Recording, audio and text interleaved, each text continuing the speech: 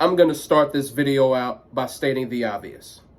I think Dak Prescott, as much as I've criticized him over the years, I believe that Dak Prescott is a top 10 quarterback.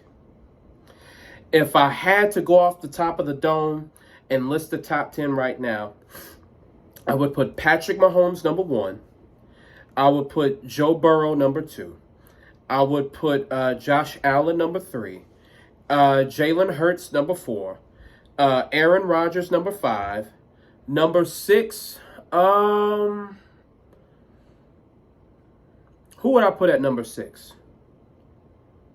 Trevor Lawrence, number 6. Number 7, Justin Herbert. Number 8, I'll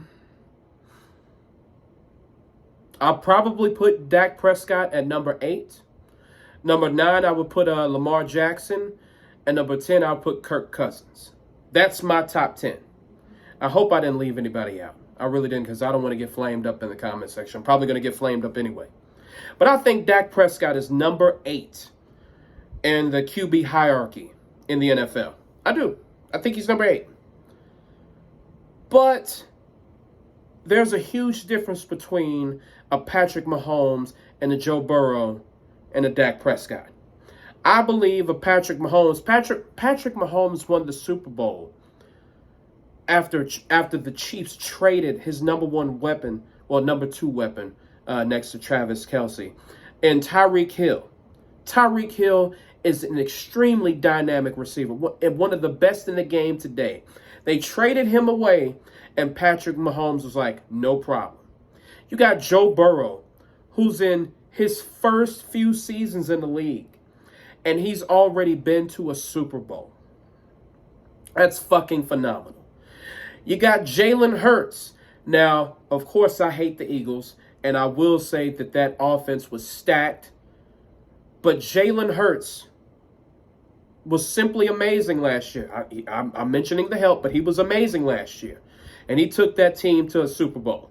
There's a massive difference between those quarterbacks and Dak Prescott. A massive difference. And so, with that being said, even though he's in the top 10, we know what we're going to get from Dak Prescott. We're going to get maybe a playoff win, and then we'll get knocked out in the divisional round. Or we will get knocked out in the first round. He's going to start his 8th season this year, and he's never been to the NFC Championship game. And he has a losing record in the playoffs. That is unacceptable. And then on top of that, we're going to have to pay him more. We're going to, like, when his contract is up, because we're on the hook for Dak. We're on the hook with Dak Prescott for the next 2 seasons. After that time is up, he's going to demand more money because he's a top 10 quarterback. So why? And we know what he's going to do for us. We know what he's going to bring. If we know he's never going to take us to the Super Bowl or the NFC Championship game for that matter, why do we need to pay him?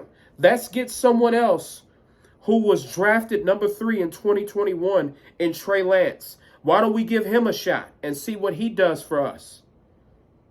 Because after a while, brothers, you can't be in this purgatory where, like, you're good, but you're not good enough to get to the championship game.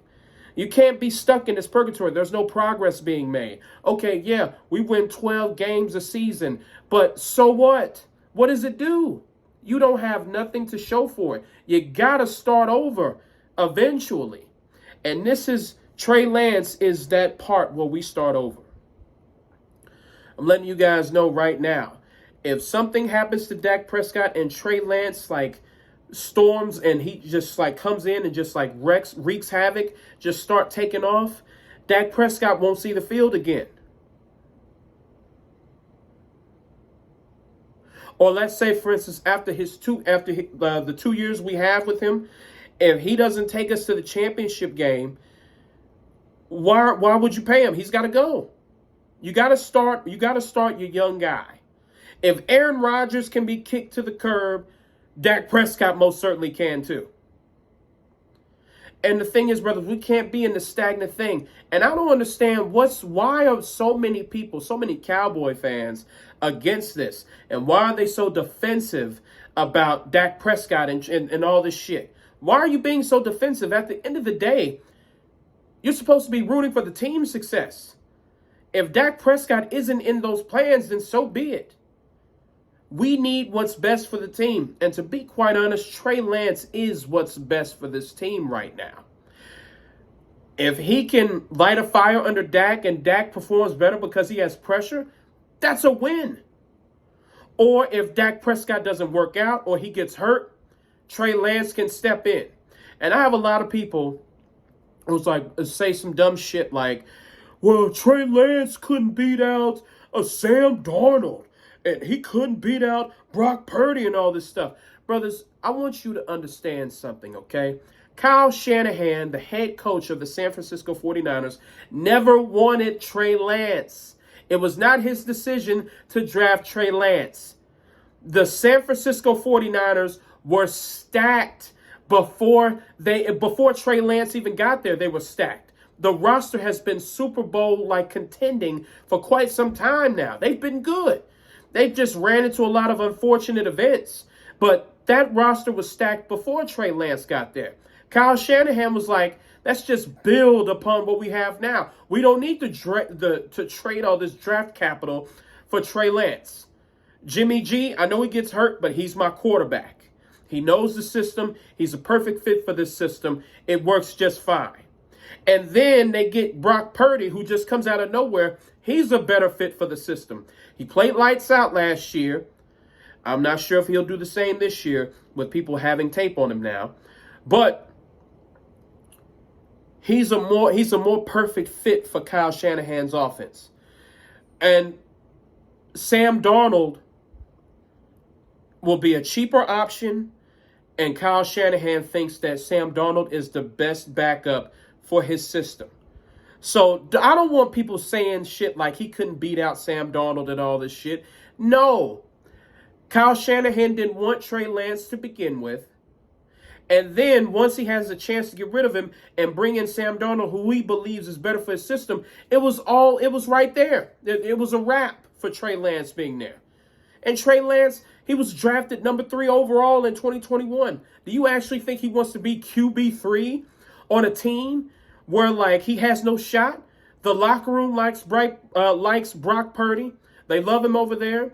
And the head coach doesn't like you, never wanted you there. Do you really think that Trey Lance is going to put up with that situation? No. Trey Lance this is one of the most bizarre starts in a career, in an NFL career that I've ever seen. It's just been an unfortunate scene of events for him. And now he could possibly have a fresh start, a good start, a more deserving start in Dallas. Dak Prescott's days are numbered. If he doesn't take us to the championship game, we have Trey Lance right here. We have him right here.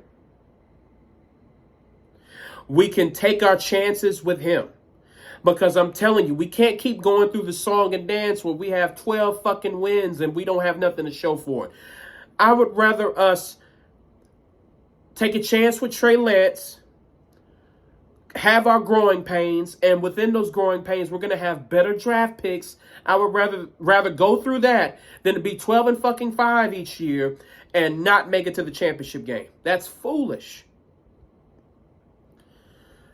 So that's my argument why I love the whole Trey Lance deal. I wish the young brother nothing but success. I want him to have all the success in the world. I hope it works out for him here. But I will say this. If Dak Prescott, if he's finally proving to be, if he like makes that leap to the NFC Championship game or the Super Bowl, then hey, Trey Lance is facing another buzzsaw. But I doubt that Dak Prescott will do that. I hope he does. Because shit, right now, even with Trey Lance here, Dak Prescott is still our best option. I really hope he can finally do it. I really hope he can. Because like I said, I'm more about team success. But I'm also good at recognizing patterns. We've seen what we've probably seen the best of Dak Prescott. If he can prove us wrong and have like an amazing year, get us to the championship game, then hey, I hope my horse is on Trey Lance. But until I see that, I'm on Trey Lance's bandwagon, and I want him to have all the success in the world. All of it. All right, my brothers, that's my rant today. I'll catch y'all later. Peace.